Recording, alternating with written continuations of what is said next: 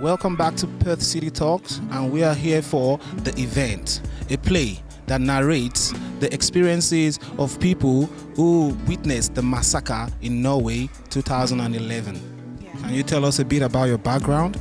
Yeah, sure. So I actually began theatre as a musician. I played saxophone and I was really lucky that my mum was a music teacher, so there was always music in my life.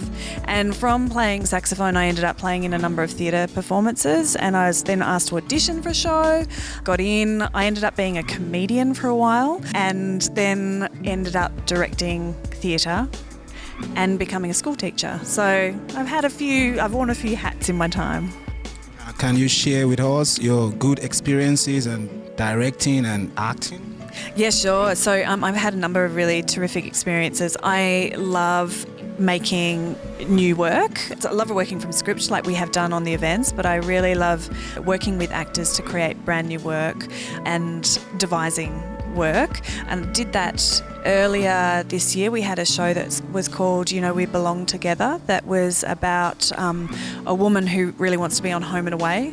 Julia Hales, she's worked with Dada for a number of years. She lives with Down syndrome, and it was one of the most thrilling new works to make because we were putting a really fresh voice in front of an audience, and what was wonderful was that the audience loved it. So I think one of the things that I find exciting about working in theatre right now is that audiences are ready for fresh and different perspectives, and we're much more inclusive, I think, as a society than we were, say, 10 years ago. So I'm glad I'm working in theatre right now. So where do you get your inspiration from being an artistic director? Everywhere, actually. Like, I'll go and see I think as an artistic director, you never quite turn your mind off from your job, or I don't anyway. So a conversation that we're having might inspire an idea. I'm reading a book and it turns into a theatre idea. I'll go to the gallery and see images that I'll want to then put into our kind of printed program. So the world provides those ideas, but I think it's because when you're really motivated / obsessed about what you do, you can't help but see the world through that filter, and I'm constantly sort of seeing the world through the lens of the work that we're putting on stage here at Black Swan.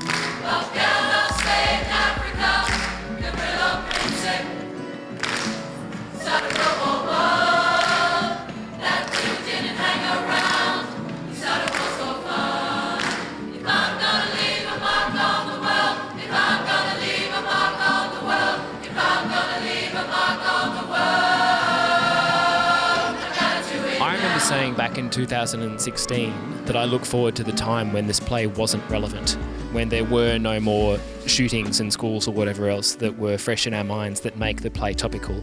That time is yet to come. So I feel like it is still, years after being written, and with many events that have followed, a very compelling and relevant, and sadly very relevant play. And musically, what interests me about it is that it's never the same on any given nights, because we have a different choir performing on any given show. It keeps it interesting. Each choir brings something different. They all bring their own song that they sing in the start of the play, and they all have something special that they bring to us. And for me, to meet all of these different people is a real pleasure and part of the challenge of it. So what is your role in all of this? I'm the musical director, and that largely means rehearsing the choirs. So we rehearse every day. We rehearse before every performance. They get a short rehearsal where they get given their lines, they get placed on stage. They've learnt the songs in their own rehearsal, but really they get a very small window of time to be prepared for this performance, and that's part of what makes it thrilling. It's meant to be raw and authentic and a bit unpolished. And that's the opposite of what we usually do, both in musical performance and in theatre. So that's what also keeps it interesting as we go on. Can you tell us a bit about your background? Sure. I was trained as a classical pianist, and then after leaving school I started becoming interested in theatre, and the work I do in theatre is not just doing musical theatre, which is what most people like me will do. I love doing plays. I love working with spoken text, and so with the company that's put on this play, Belvoir Street Theatre from Sydney, with Black Swan, I did Hamlet before and I loved that. The next thing I'll do will be another play, and I also do musicals as well. So the last big musical I did was Muriel's Wedding in Sydney. And then I also have worked a lot with choirs. So I've spent a lot of the last 10 years with both youth and adult choirs, everywhere from Sydney or from the middle of big cities to in the outback, like in outback New South Wales and in remote regions of Queensland. And that is still a source of great joy to me. And sings my soul, my Saviour God, to thee. How great thou art, how great thou art. And sings my soul, my Saviour God, to thee.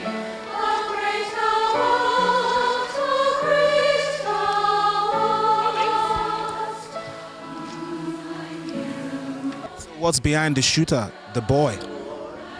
His reasons behind it, I think he's a male in a contemporary society that feels like he doesn't have a voice and doesn't have a purpose. And so I think, unfortunately, he sees or finds a cause and sees a kind of opportunity where he thinks he can be remembered for doing something that's, you know, ultimately a really heinous act.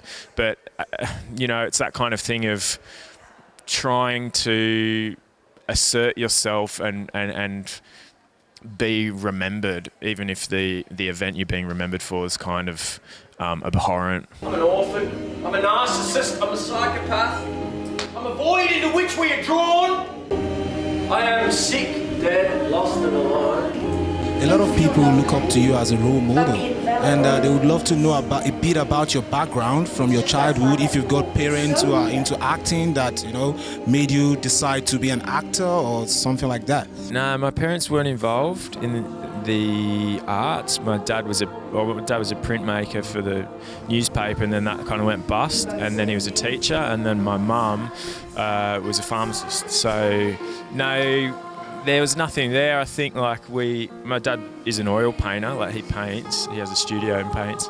But it's funny. It wasn't kind of like something that was in the family at all. It was just more. Everyone shares like a pretty dry sense of humour in our house, and my nan was a really good storyteller, but like that's kind of as far as it goes, yeah. Have you got any message for the viewers on how they can accomplish their dreams and desires? It's really interesting because I think, particularly as a woman, like I'm currently the only female artistic director of a state theatre company in the country. I would love to see that change, and I would say particularly to young women that it is absolutely a possibility. In terms of motivation and drive, I know that I came from a background of independent theatre, so I sort of went through the slog that I know a lot of people are in of making your own work, funding your own work, putting things on in fringe festivals, small venues, sometimes in non-venues. So I put a show on in a car, and I put a show on in an apartment, and at a roller skate rink. So I think if you have the desire and you have the motivation to work as an artist, you will somehow, kind of like water through cracks, find a way. So just keep at it, persist. Yep. So what's next for Johnny Carr? Well, I'm having a baby at the end of September. So Congrats. Thank you very much. So my partner's having a baby, Katie. So we're kind of gearing up for that. So there's been a couple of jobs come, and we're just trying to navigate them with time. So that's it's gonna be interesting. I'm very excited. So what's your aspiration for the future as an actor? Well, I think to continue working on pieces that kind of are interrogating like slices of our society that we don't often talk about. I think that's what's great about this show, that it's kind of this content that's really kind of ugly and confronting and shaping it in a new way and presenting kind of or many different kind of perspectives on something like this. And so, you know, work like that's kind of saying something, and it's kind of bringing a new perspective to ideas that we bash around. That's always exciting. Yeah. What's it called? Destroying Angels.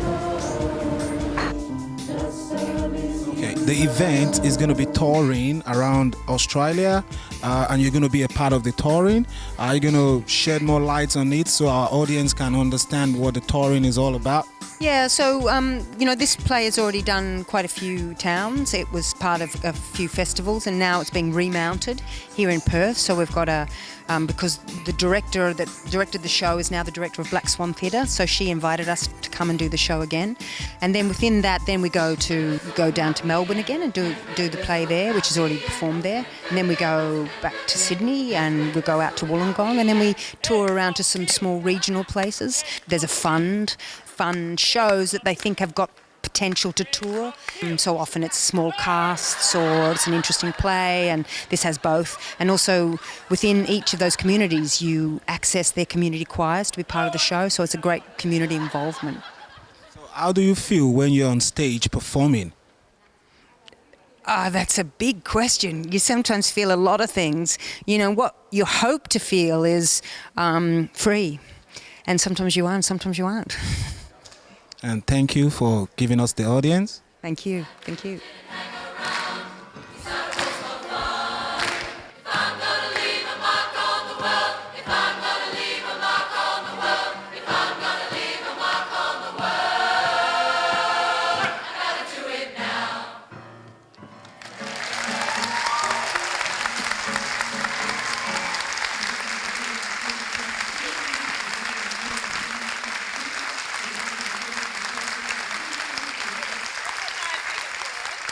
Thanks.